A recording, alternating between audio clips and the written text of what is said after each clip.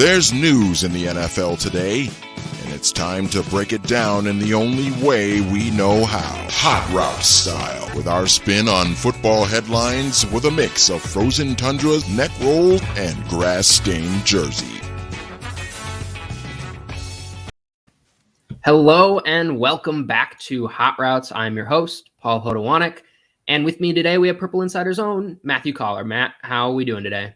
I am good, man. All of a sudden, we have kind of a season back on where we put conversations about firing coaches and everything to the side, and now it's all about playoff races for the Minnesota Vikings. Yeah, it's more exciting that way, not just worrying about the impending doom that is coming with the team, and at least you have something to look forward to. Who knows how far it goes, but it's much more fun, at least for me, to talk about. I'm not sure about you, but excited to have you on again today. Going to do some Thanksgiving stuff. I'm amped for it. So let's jump right in, and we'll start with some Viking stuff. And I want to start immediately. I think the last time I had you on, actually, we went around and we did a blame pie chart of why Justin Jefferson's not getting the ball, why the offense isn't being aggressive enough. And now that they seemingly have changed their ways, at least momentarily, I felt like it was a good time to come back and say, okay, if we doled out some blame, let's give some credit too. So I want to do a credit pie chart of who deserves credit for the offensive aggressiveness, Jefferson getting the ball, all of the above. I mean, we looked at Kirk, Zimmer, Kubiak last time. So those are kind of the main actors. How are you doling out who deserves the most credit for this? Well, I think we also included Justin Jefferson, Yes. which we gave him like 0.1% of the blame, and he's shown why the last couple of weeks. Well, let me give Justin Jefferson the most credit then. I'm going to give him 50% of the credit because he's made the plays. He's made them right. And when you say, okay, why aren't they throwing this guy the ball? He wants the ball. He's frustrated behind the scenes. Mike Zimmer has mentioned that a couple of times, and Zimmer makes a promise to him. I'm going to get you the football. And then he comes through with two magnificent season-saving games where he drives their success. He deserves the credit for proving that all the conversation about them needing to throw him the ball was correct. And I'll give 25% to Kirk Cousins. Maybe he deserves even more than that because he's the one with the football in his hands, and his average depth of target has increased significantly over the last 2 weeks. There was pressure on one particular play against Green Bay where he just flung it up in the air, Case Keenum style, and Justin Jefferson came down with it. So he deserves credit for deciding, okay, I'm really going to do this. And Mike Zimmer, I think, wants a lot of the credit because he's making it extremely clear to the media, but I'll give him 15% and I'll give Clint Kubiak the other 10%. I think Clint Kubiak had been drawing up a lot of these plays to go downfield and they just weren't being executed. And Zimmer forcing the issue here, saying this has to happen, deserves a good amount of credit too. But I think that it really just speaks to having one of the most dominant and excellent players in the NFL. And Jefferson deserves the most credit for coming through when he was asked to be the guy. I just have a follow-up question for you. We've seen Zimmer's tone change and very, very much embrace, okay, we want Kirk to push it down the field. If he's going to throw picks, so be it. That has not always been the way that he has operated. And so I'm wondering why you sense that shift. Do you think it's because the job is on the line? Do you think it's because Jefferson came to him? Like when you're balancing all those factors, where do you feel like that shift came? He knows it's important to throw the ball downfield. Like obviously that is a part of it too, but like it's a very drastic tone shift than what we've seen with previous quarterbacks. And so I'm wondering where you think that lies. Yeah, I mean, this is the guy who said Case Keenum has a horseshoe around his neck in 2017, even though Case Keenum was 28th in turnover-worthy plays in a good way in 2017. So he wasn't even taking as many risks, I think, as Mike Zimmer thought. There's a bunch of reasons, and we could do whole conversations about each one of them. But I think, it starts with their running game is not as effective as it has been in the past. They are 30th in expected points added in the running game. And last year they were 9th. I mean, so they were way more effective running the ball last year. That's part of it. The other part is you can't have two receivers get mad at you and want to leave. I mean, it happened with Diggs, and then he went and led the NFL in receptions in Buffalo and went to the AFC Championship. You can't have that happen again with Justin Jefferson, or you're not going to be the coach here anymore. I think that is another part of it. And then the fact that the defense just isn't all that good. I mean, without Danielle Hunter, they're not the same. And Mike Zimmer's doing everything he can with blitzes and different coverages and stuff, but they just don't have a great defense talent-wise, so you have to win shootouts.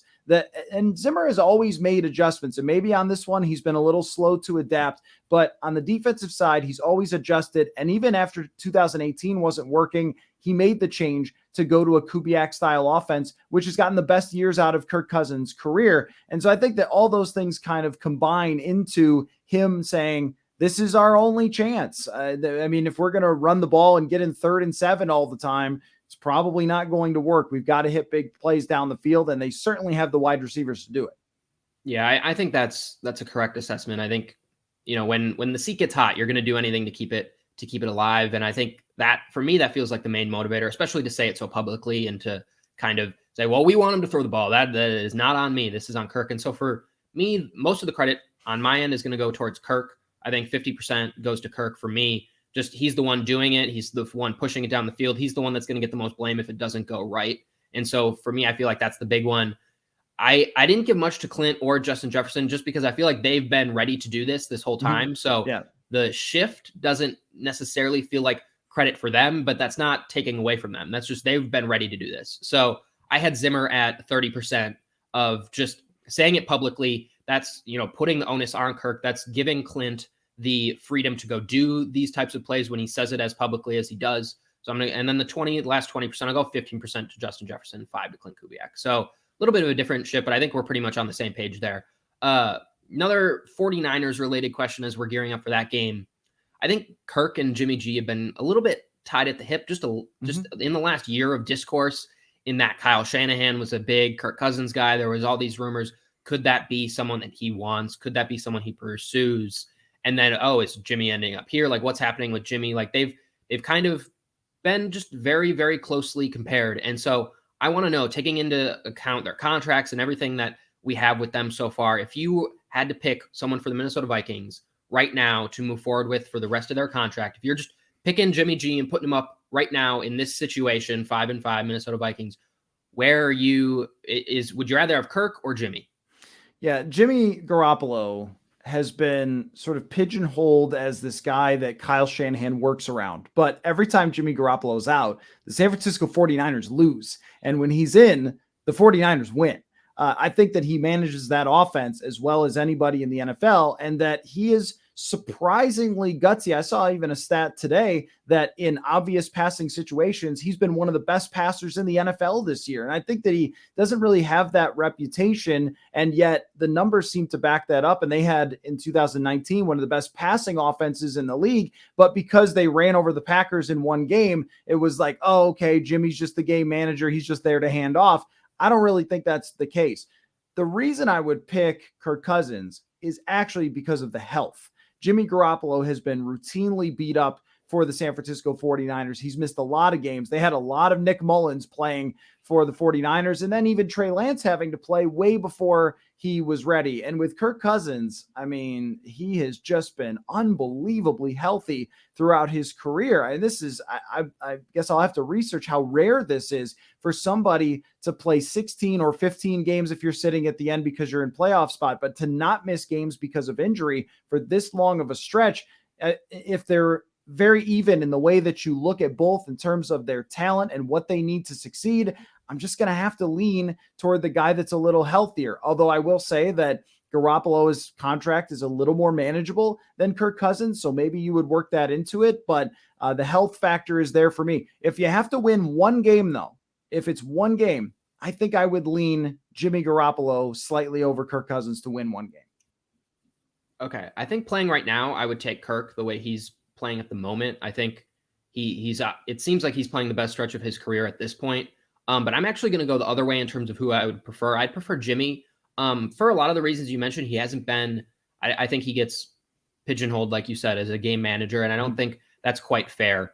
And what really came down to me was the contract. I think Kirk has $45 million of dead cap next year. If they try to move him, like it's virtually impossible. Jimmy has none. So all his guarantees are done. So they both have another year on or through 2022. And so if I were just able to do this switcheroo in some weird world where that was possible, the fact that I could have Jimmy G and he could be a solid quarterback for me, not maybe to the level that we've seen Kirk play this year, but a pretty solid level. I would take that. And then the flexibility that provides you in the offseason. If you want to trade him, if you want to release him, if you want to extend him, I think Kirk is playing well, but he offers little to no flexibility in how you maneuver moving forward. I'm a big proponent of just let him play out his contract, but in terms of what that would do to the salary cap next year, it's not good. So to me, the flexibility that Jimmy G offers with his contract is where I go. So I lean a little bit more kind of those off the field stuff.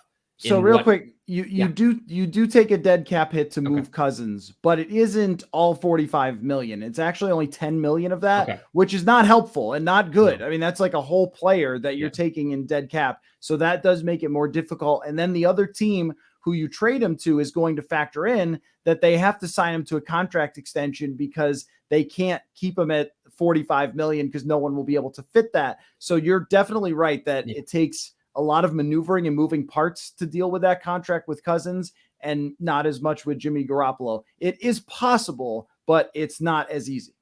For sure. I want to move on to our next hot route.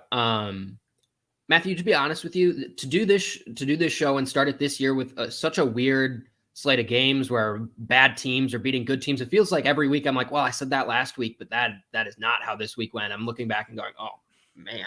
And so I just want to know from you, like, what are the teams you're most confident in at this point if you're going to make a Super Bowl run? Because it feels like every one of these good teams has lost to some weird team. And I'm really interested to see who you just have, who you believe in, who you think can make a Super Bowl run out of all of this. Because it feels like it changes week to week. So I want to take the temperature of where you're at right now and where you feel like the most consistent and confident teams are. Well, when it comes to the NFC, I'll bet against Tom Brady when he's doing the Brady Manning cast because he's retired. That will be, in fact, I would always be worried about him coming out of retirement and winning a Super Bowl. So let's make sure that he's got the gold jacket on and maybe in a retirement home at the point that you don't bet on Tom Brady. I mean, I know it was against the Giants, but watching him play against the Giants last night, even when his receivers didn't catch the ball, he made another perfect throw right after that. I mean, Brady is playing. He's number one ranked by Pro Football Focus in the grade. He's playing at an incredibly high level still that it will apparently just never stop. Year 2048, we'll be talking about, is this the year Brady falls off at age 72 or whatever? But that team is really stacked and it's really good. And it's been banged up and they've lost some games because of it. But I would still put them at the top. Arizona, I've got to see Kyler Murray come back healthy and play like he was before I'm totally convinced on them. The AFC is incredibly difficult. I am not buying Buffalo. They seem to be too inconsistent, but inconsistent is just the AFC. The Tennessee Titans without Derrick Henry for the rest of the year, you'd be hard-pressed to convince me that Ryan Tannehill is just going to put that franchise on his back. If I were to bet right now, I'd go Super Bowl rematch. I think that Kansas City's starting to figure it out. They're making some adjustments. Their defense is playing well. And by the way, Patrick Mahomes, as much as he's been criticized and deservingly so, leads the NFL in passing still, in passing yards. So I think that you would put your bet kind of on the priors with Kansas City and with Tampa Bay, and not so much on riding the roller coaster of this week they're good, this week they're not good. But I think Kansas City in a very weak AFC is going to ultimately rise to the top here.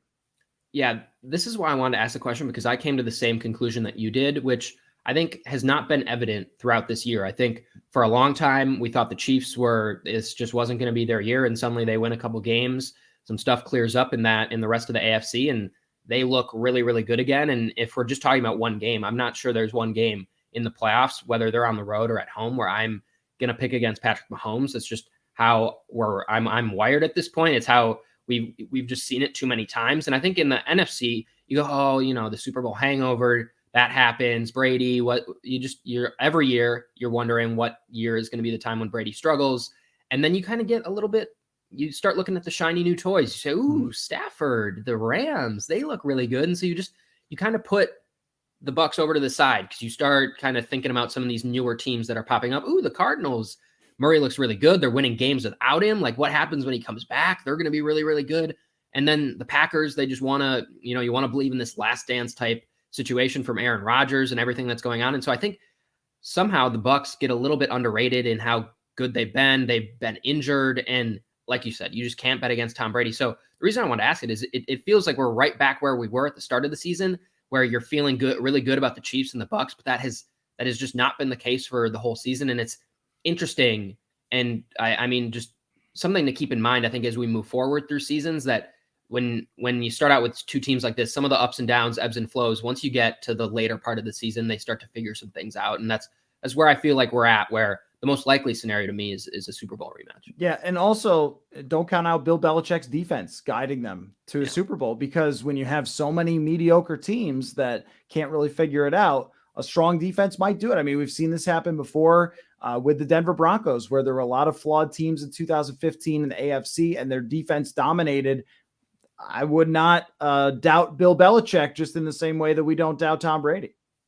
All right, let's move on. We're moving into the Thanksgiving portion of the episode, which is my favorite part. Matt, 9 years ago, I believe Monday was the anniversary of the butt fumble.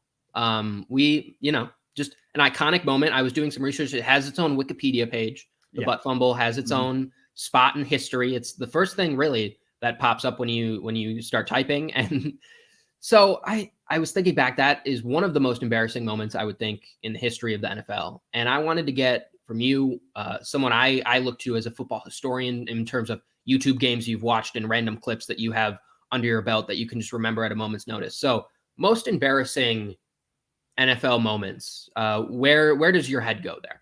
Okay, I mean, this could be a 50-minute episode in itself, because there's so many great classic moments. There's Yepremian trying to throw the football in the Super Bowl where it just falls out of his hands, and that happens. There's the Herm Edwards touchdown where the guy fumbles it in the last second and he runs it back for a touchdown. I'll give you a low-key one. One year, the New Orleans Saints needed a kick return for touchdown to make the playoffs against the Jacksonville Jaguars.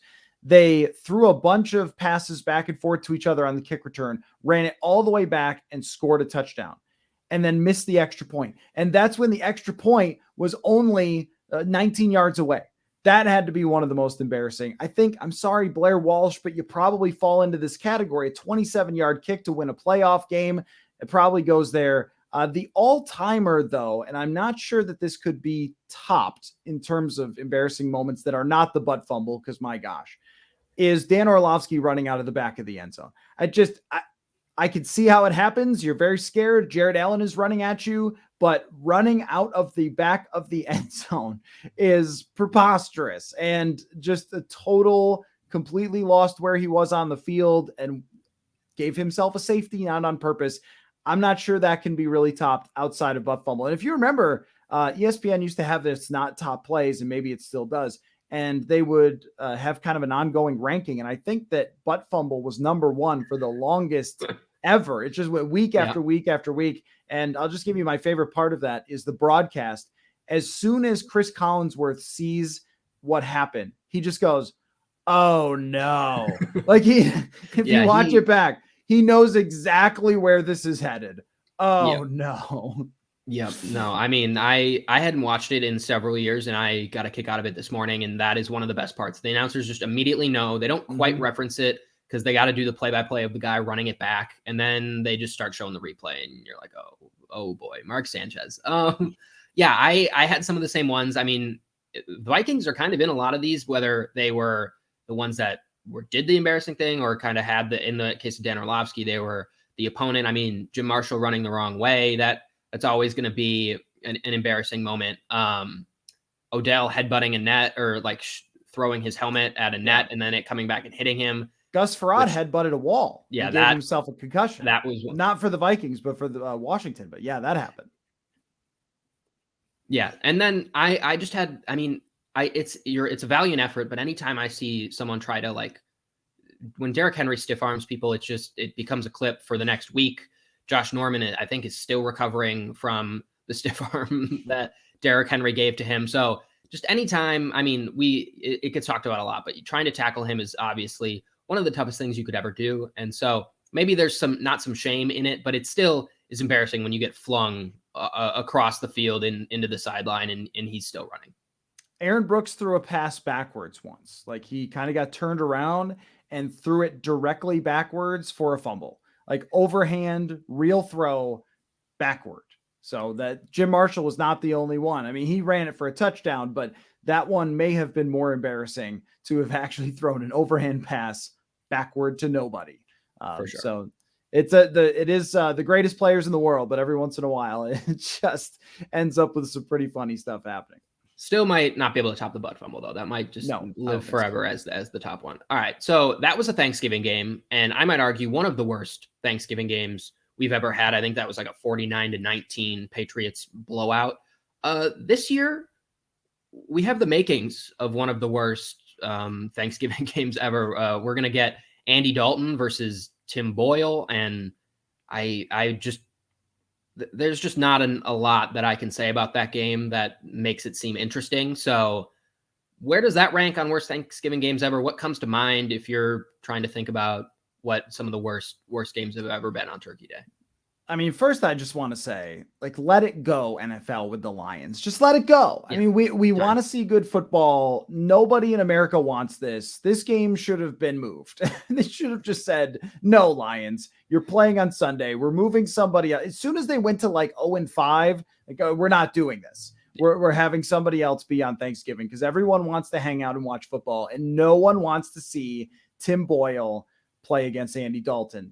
There's no excuse to not talk to your family members during that game. Usually you use that to get away. Football's on, but it's like, oh, okay, you're choosing Tim Boyle over me, and that's a tough one to swallow. And what is it? Bill Saints is another one. I mean, that one could be pretty good. But yeah, this is a disaster. Now, there was one year, and I can't remember who's playing quarterback for the Detroit Lions, that Peyton Manning was at the absolute height of his powers. And I don't have the exact score on me, but like, just demolished them from the very start. It was like 34-0 before you even got your first mashed potato. It was just crazy. And year in and year out, I mean, think of the people that we've had to watch play quarterback for this team, like Joey Harrington. I mean, there were many times with Matt Stafford, of course, but years before that, there were lots of just terrible quarterbacks, lots of bad Stafford teams, lots of years where Stafford isn't even playing because of injury. It's a bad situation. I know that you've researched this a little more. So what ones do you have there? Butt fumble was one of the ones that came up for me, just for that iconic moment. And just rewatching a summary of that game this morning, there were missed field goals, there were dropped interceptions, there was just there was nothing good about that game that was happening. I think the Lions 0-16 season game has to probably be mentioned in this. They're on pace for another one, but that they lost 47-10 against the 10-1 Titans. So, I mean, Chris Johnson is running all over them, and they've got nothing going on. So those were the ones that jumped to mind for me. And yeah, you got to get him out of there. I was just researching some Thanksgiving games. Fun fact: the Vikings actually have the best winning percentage of any team on Thanksgiving. So, product of playing the Lions, I'm sure. But the Lions actually, I mean, just because they've been playing in the game the longest, they've had the most wins on Thanksgiving, but also the most losses. So. Not just that's just a reps thing for them. They've been getting the most wins and the most losses. But yeah, I'm excited to see this game just for the train wreck that it could potentially be and the humor that it provides. And as a Vikings fan, getting to watch two teams that are just not great that's a reason to watch. If you're in Minnesota, you get to say, okay, we're not either of these two teams. Well, there's no stress, right, for Vikings fans, because you're not like, oh, the Lions will get themselves back in it. These two quarterbacks, by the way, make a prediction, will be playing in the USFL by next year. Yes, I mean, Tim Boyle has to be one. Maybe Andy Dalton could headline the league. I think that could be his next step. Get some contract, be the face of the USFL. I like that. But all right, Matt. Thank you so much for being with us. Enjoy your Thanksgiving. We're another big Vikings game that I'm sure you're gonna have tons of coverage on both this YouTube page. So keep watching out for any more YouTube videos that come across, and the podcast. It's gonna keep going. There's gonna be one on Thanksgiving if you need to get away from your family and listen to something for a while. So we're gonna have you covered all throughout the holiday weekend. And thanks so much, Matt. Thank you. And Paul, it's okay. Just talk to your family. It's all right. You're saying many things about like, hey, if you don't want to talk to you, it's all right. It's okay, Paul. I might have some things some deep family things I need to get through if this is what we're realizing on this YouTube show. So maybe Hot Routes is not supposed to be this deep, Paul. Yeah, I have to self-reflect. It's not family therapy. All right.